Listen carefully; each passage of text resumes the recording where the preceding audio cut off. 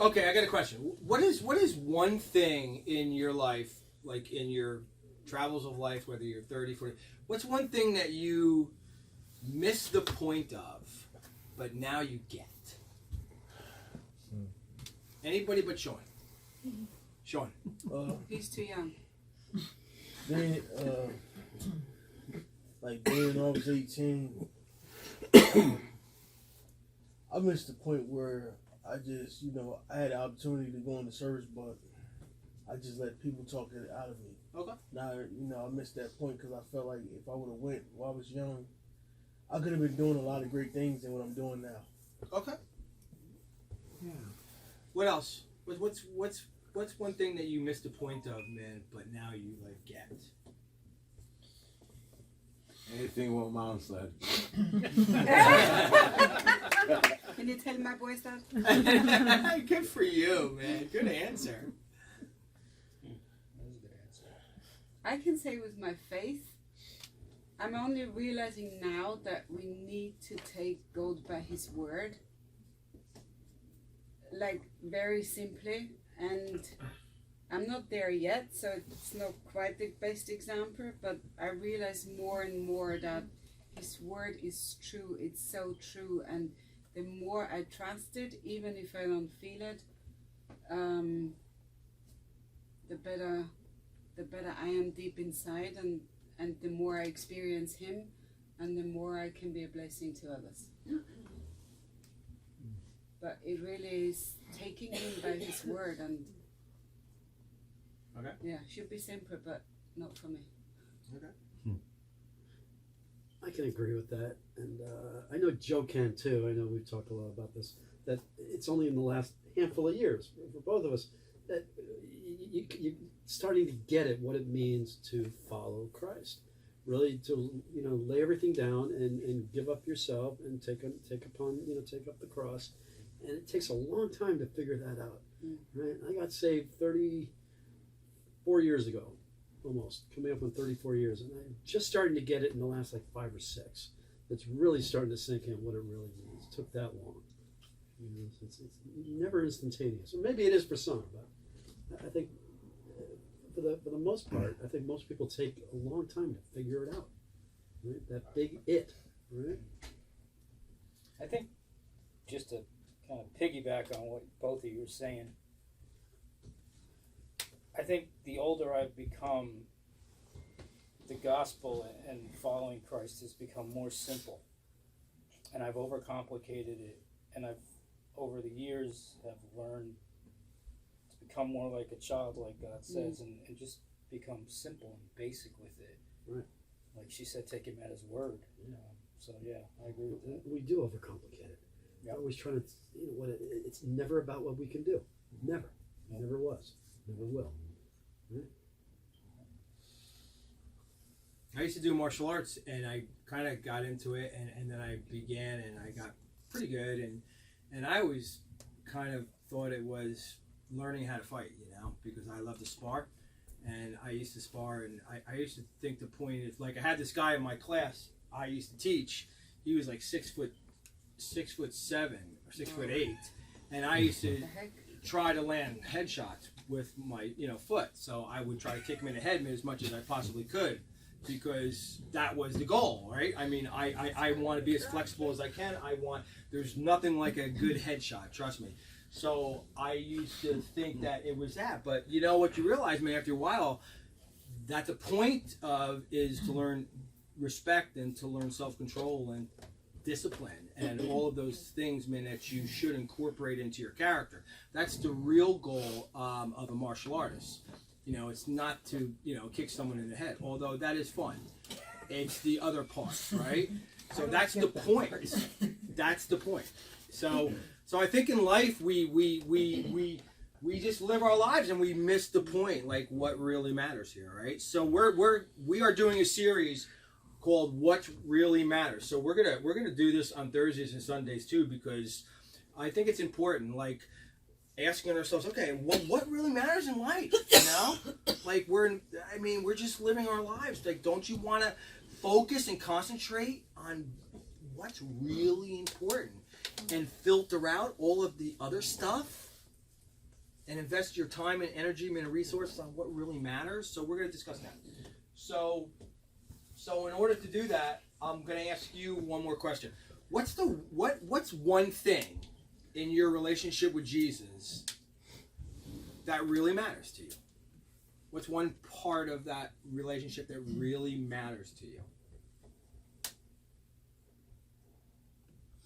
Newlyweds. One of the newlyweds answer this one. I'm putting you on the spot.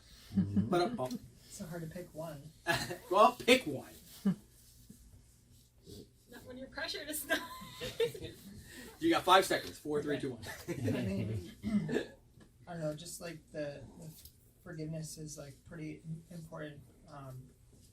You know, it gives you like a reason to sort of like live life when you like are forgiven, because like if you aren't, you kind of like you just feel like trapped, like kind of hopeless, right? So just the forgiveness part's really important. Okay.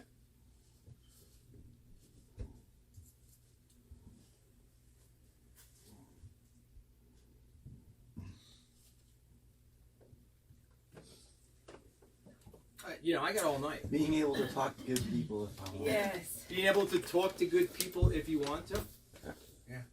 So it's the people. So it's the relationship that you have with other Christ followers. Right? Kind of? Yeah. For sure. Good answer. For me, it's talking to him. Talking to him? Yeah, that's my number one. What a crazy privilege, man, that you get to talk to the one who breathed life into the universe. Sherry. The unconditional love that you get, going through life, there are just times when you just feel unlovable, but knowing that there's someone who loves you, no matter how broken or, what you've done or just having that unconditional love all the time. Yes, Sean, you were gonna say? Having a relationship that won't go sour. Yeah, good one. So we're gonna read something and talk about what really mattered here to Jesus. So I'm gonna try to put a little twist on it. It's from Luke chapter 17, beginning of verse 11. I'm going to read from the Message version. Luke chapter 17, verse 11. It's a popular story that everybody's heard. We're just going to hear it again from the Message paraphrase. It happened that as Jesus made his way towards Jerusalem, that he crossed over the border between Samaria and Galilee. As he entered a village, 10 men, all lepers, met him. They kept their distance, but raised their voices, calling out, "Jesus, Master, have mercy on us." And taking a good look at them, Jesus said, "Go show yourself to the priests." They went, and while on their way, they all became clean. One of them, when he realized that he was healed, he turned around, came back, shouting his gratitude, glorifying God, kneeled at Jesus' feet, so grateful. He couldn't thank him enough. And he was a Samaritan. And Jesus said, "Were there not 10 healed? Where are the 9? Can none be found to come back here to give glory to God except this outsider?" Then he said to the man, "Get up. On your way, your faith has healed and saved you." This is the reading of the word of the Lord. Sorry, I just felt like saying that. I mean, it's a Catholic thing. So anyways, so let me ask you something. 10 guys healed, leprosy. So interesting side note, right? When people gave money to like lepers would never say, "Have mercy on me." Okay? Because in that day, if you had leprosy, it was because of something that you did to get it, or something that your ancestors did, like it was a curse, maybe because of sin. So people wouldn't have mercy on you then. So it was interesting that they asked to have mercy on him. It's okay. So 10 men, all lepers stood at a distance and said, "Have mercy on us," because they didn't want to get too close. Because if they touched Jesus, he would be considered unclean, right? So everybody knew that. So they have mercy. And Jesus says something interesting. Ready? He says, "Go and show yourself to the priests." Can anyone tell me why he said that? That's kind of a peculiar thing to say to somebody. I mean, why didn't he just abracadabra? I mean, can anybody venture a guess? Because I have the answer, but does anybody know? Levitical law. Levitical law. That is the correct answer. Because it was in the Levitical law, okay, to go and show yourself to the priest if you were already healed. Not before you get healed. So when a person was healed of a disease, they went into the priest's office, and the priest would check out the sores and check out the things on their body to make sure that they were healed. That's what they would do. So it was when a person was healed, the priest would double check to make sure that they were all healed.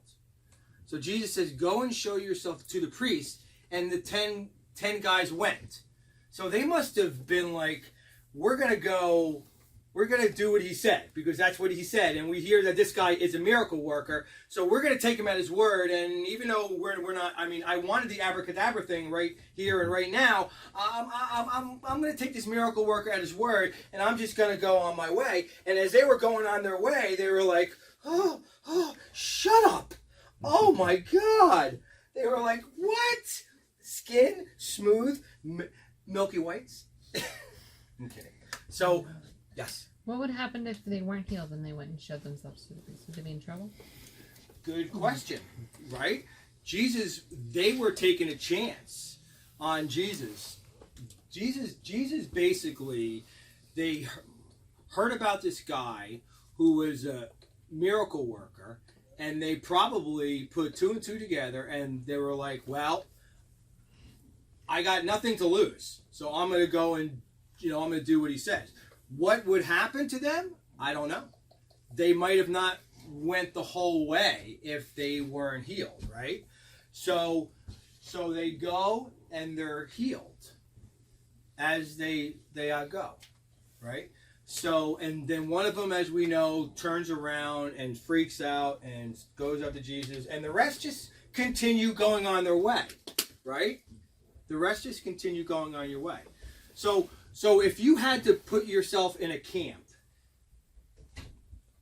I mean, who would you be more like? The 10%, the one who came back to Jesus, or the 9 who just went on their way?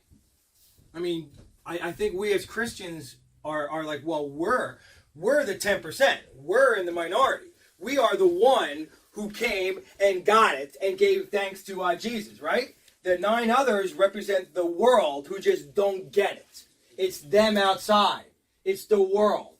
The ungrateful ones and the unthankful ones, right? We're the one that are like, yeah, yes, hot dog. And we go out, man, and we run towards Jesus because we get it, right?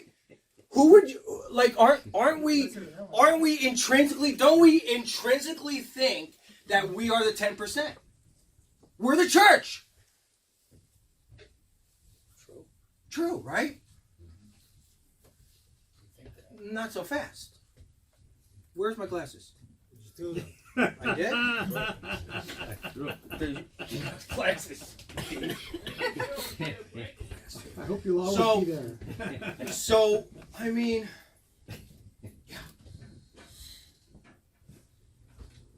yeah. You're right. Right? Yeah. Right. But I'm going to suggest that we're not. Most of us are in the camp of the 9, and I'm going to tell you why. Even though you might think that you're not, guess again. What's the like, I've been following Christ now 27 years. So for those of us who have been following Christ, a while, Like, what's the craziest things that you used to do in your early days as a believer? Like your craziest things that you used to do to express your gratitude and love for Jesus in your early days. You know, anything. Like, what's something, man, that you used to do as a baby Christian that you don't do now? You know?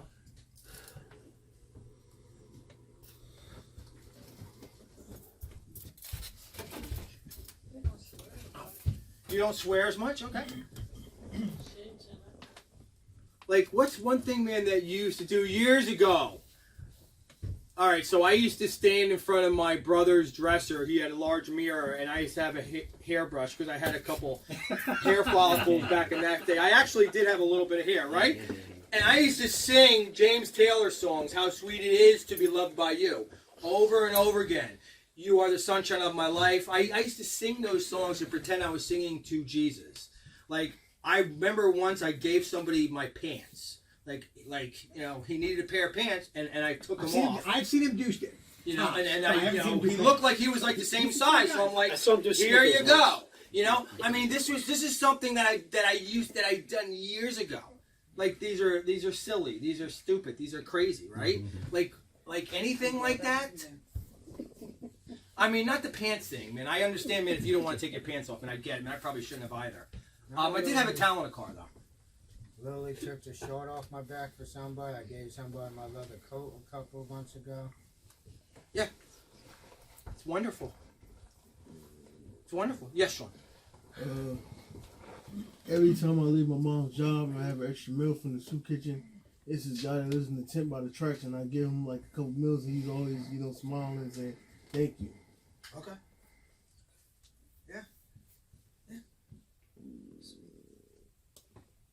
Faithful. What are some words that come to your mind when I say the word faithful? Like, what comes to your mind? Loyal. What else? God. Obedient. What'd you say? God. God. Obedient. What'd you say? Obedient. Obedience. Okay. Doing what you say you're going to do, even when the going is tough. Okay. So Sacrifice. Okay. Consistency. So, question. Do you spend more time thinking or focusing on God's faithfulness or how you can be faithful? Do you spend more time on the word faithful, pondering God's goodness and faithfulness, or what you have to do to be faithful? The latter. Think about that for a second. Honestly, do you think about more time? What's that? I said the latter. Okay. That's an honest answer. Like, what can I do to be faithful? How can I grow in my faith? What can I do? Or do you spend more time just focusing on the faithfulness of God and on the goodness of God? Well, it's definitely the latter. Right. It should be the former. Okay. You know, like when you pray, probably 90% of the time you're praying for something for yourself or your people or whatever, and not praying how you can glorify God. Listen, I'm not trying to say that we shouldn't focus on being faithful and on our own faithfulness and concentrate on it and pursue it. But what I am saying is that these 9 guys were Jewish. Okay? This one guy who came back was a non-Jew. He didn't know the Torah. He didn't know the rules. He didn't know the 666 commands. He didn't know the sundry laws. He didn't know them. But these other guys knew that obedient Jews kept rules. They kept rules. You know, a rabbi miracle worker said to do something. Okay, I'm going to do it. What do you think, that they didn't see that they were healed? You think that they didn't notice, man, that they had milky white skin too? But Jesus said go, so they just kept on going, because they're good rule keepers. We are good rule keepers. We are good. Christians are. Most people, you know, in the Christian culture, we are raised in this atmosphere of, okay, tell me what I got to do, God, and I'll do my damnedest to be faithful. And I'm not saying that that's a bad pursuit, obviously. But what I am saying is this. Maybe gratefulness is on par with faithfulness. I don't know. Maybe it is. It's certainly of equal value, I think. But this guy, right? This guy who didn't know nothing about the rules, all he knew was, I gotta go thank this dude. I gotta go thank this guy. I don't care. I'm sorry. Guys, we're healed. Don't you see what are you guys doing? Where are you going? We're healed. And the other guy said, sorry, man. Jesus said, go. I'm going. I'm going to the priest. But they were going to the priest, but they missed the high priest, right? Like the great high priest, right?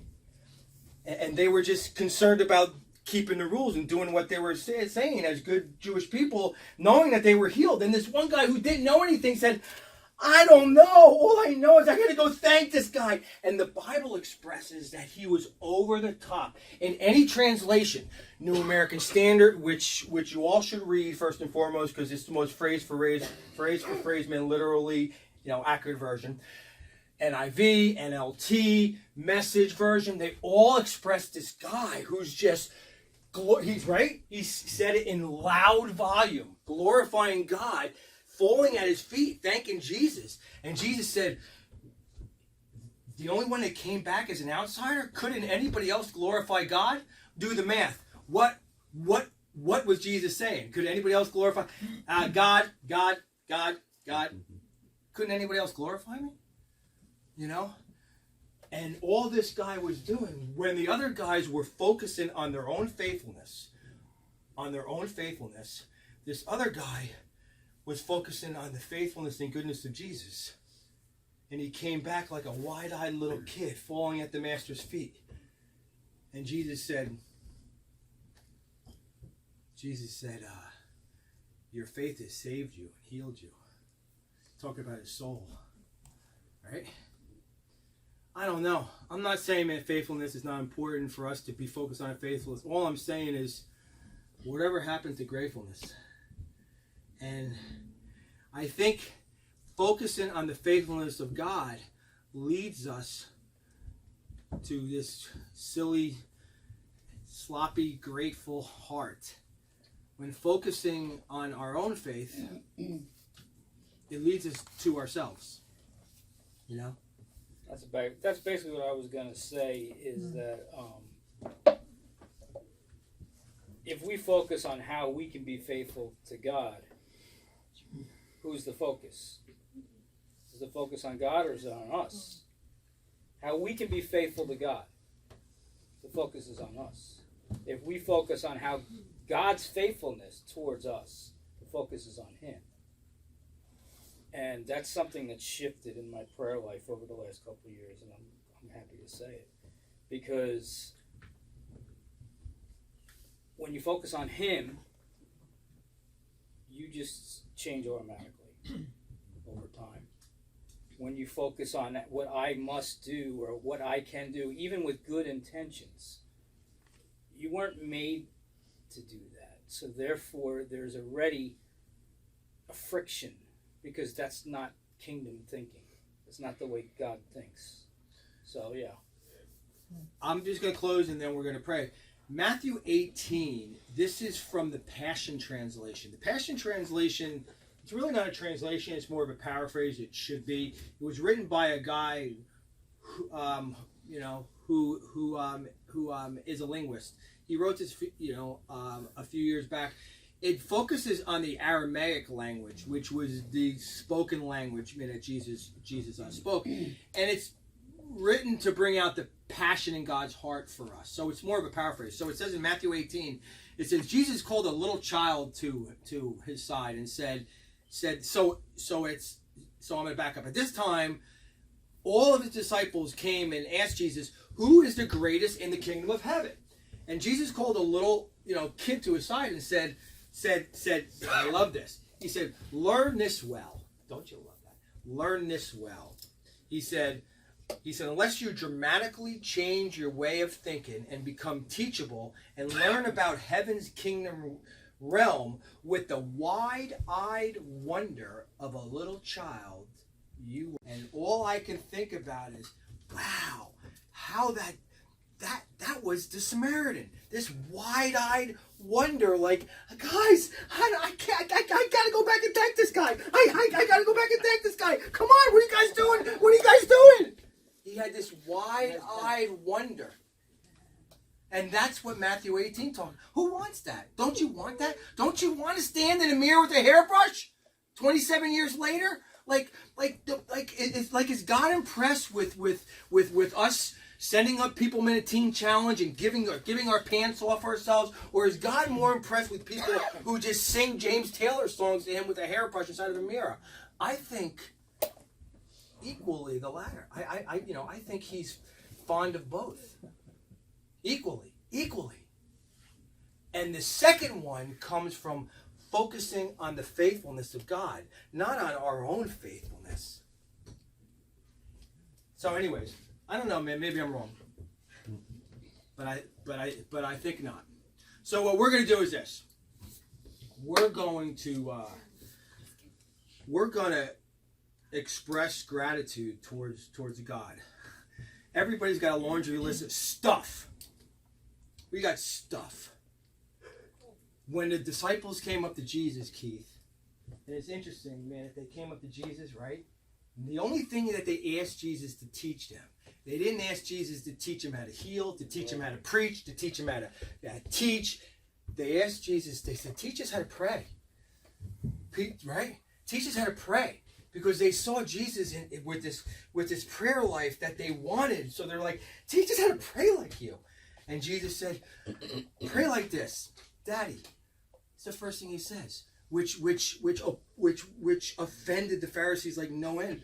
They called God Father. I mean, they were used to calling God Father in a creatorly sense, in an all-encompassing creator sense, but not in a dad way. And man, that infuriated them. Jesus said, when you pray, say, Dad, Dad. And you know, we need to pray in that kind of a spirit, with that kind of wide-eyed wonder and gratefulness. It's like the other day I bit into a piece of chocolate, and you know, I like to dip my Hershey bars into peanut butter, and I ate it. Yeah, I know, it's kind of disgusting. It's gross, right? And I'm like, God, I'm so thankful for chocolate. Whoever had it in their mind to create chocolate, I know you did it part and parcel, man, because you love me. Like, God knew that that I would be pleased eating chocolate. Do you I believe that.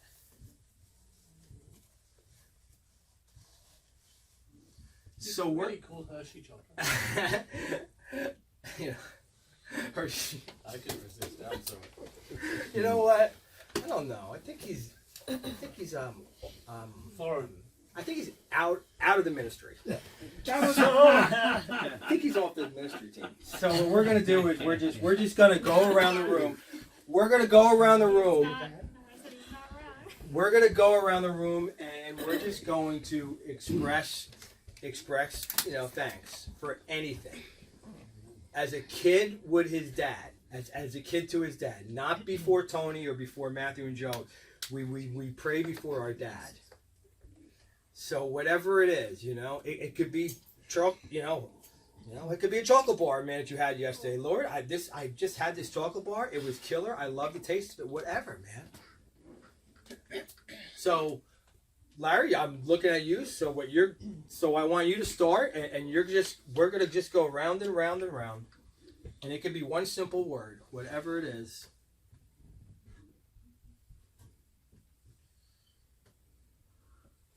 I would say thanks for helping me move along with my life. Yeah. Amen.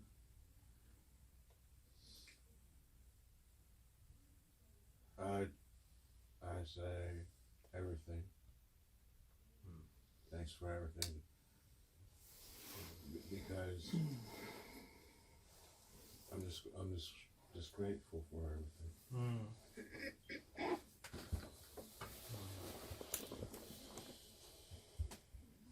I want to to thank him for waking me up this morning, giving me strength to go on.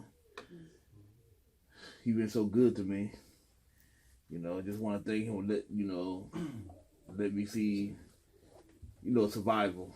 Yeah. You know, it's been a long time, started, today I went to motor vehicle by myself to get a new ID card. So he helped me. Now I'm starting to be a better reader. So everything coming together for me. I thank him for that. Amen. Amen.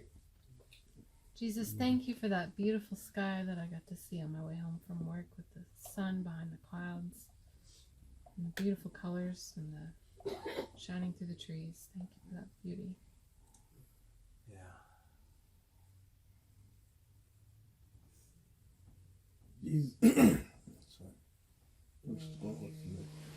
All right.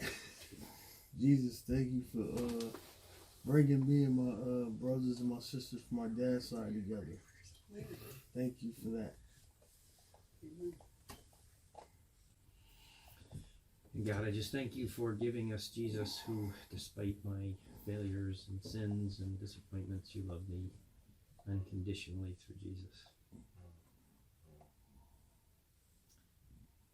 And mine's a little weird, but I thank God that He's true, and that He's placed me this time where a lot of people who wrestled with this have already got good stuff out there. I could read.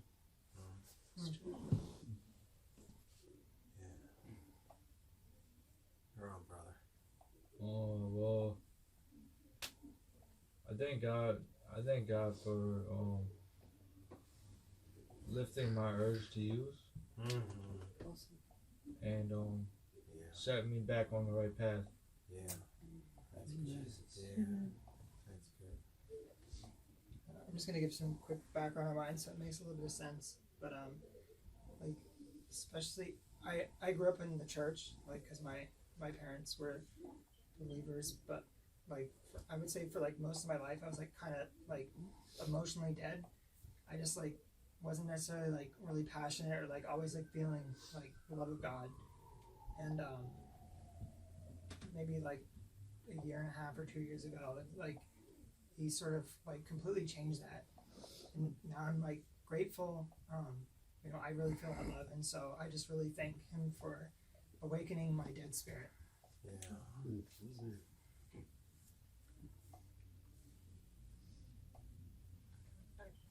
I was gonna say that I'm really grateful for, I guess, sort of the creation, specifically maybe like animal creation. I like the idea that we're sort of meant to be like caretakers of that creation. So yeah. Just specifically grateful for our cats who bring us a lot of joy. Yeah. Kind of simplistic. And for bringing us together. That's good too. Yeah. Equal to the cats. That's all right. I have a picture of a cat on my phone. So. It's his home screen.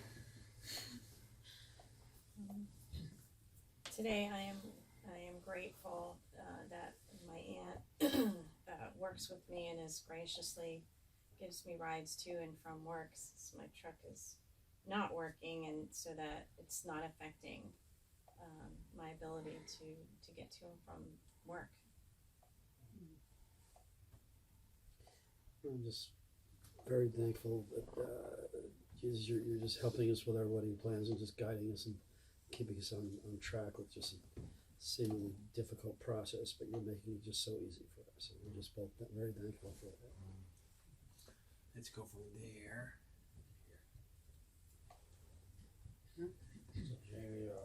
There from there. I just want to thank God for bringing me here today. Amen. Makes us happy too. I want to thank him for showing up at that birth yesterday. It was a really long labor, and on the way to the hospital I was praying because it's been very tough before, and then things changed and the baby was born. It went very fast, and I just felt God's peace and just God's sovereignty. And sometimes I've questioned where he was when it was really hard, but I drove home yesterday just thanking him for having been there and knowing that he was there. And not necessarily because things changed, but because he cares for that woman and that baby. I'd like to thank God for providing for my children over the last 5 years since I've been divorced, for being faithful, watching over them. They're making their own lives, God, and I'm just grateful to you for that. Thank you, Daddy, that you're a good, good father. Mm.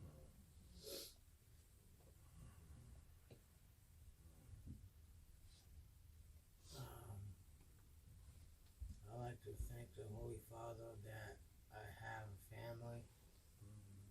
Most people don't have both parents, neither parents, or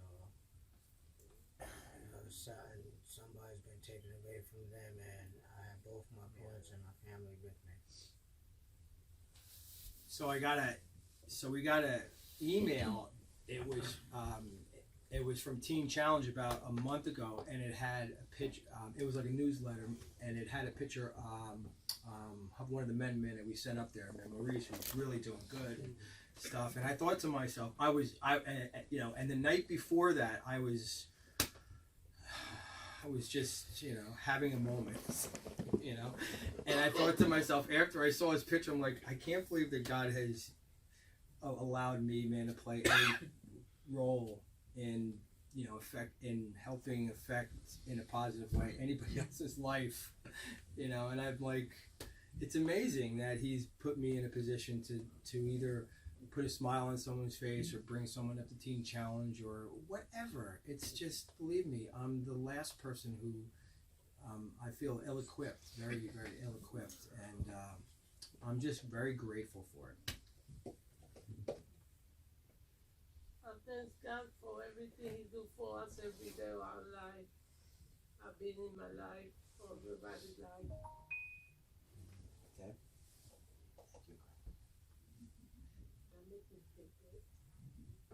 Yeah. That's thankful for His love and understanding on me as a student.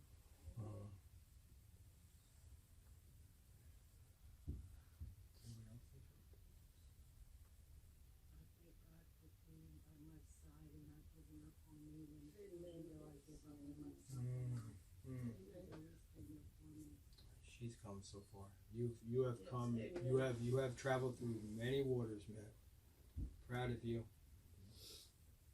Being with me all the time after my work is cleared up. Yeah. So Lord, we all of this gratitude, all these words, I would pray that they would somehow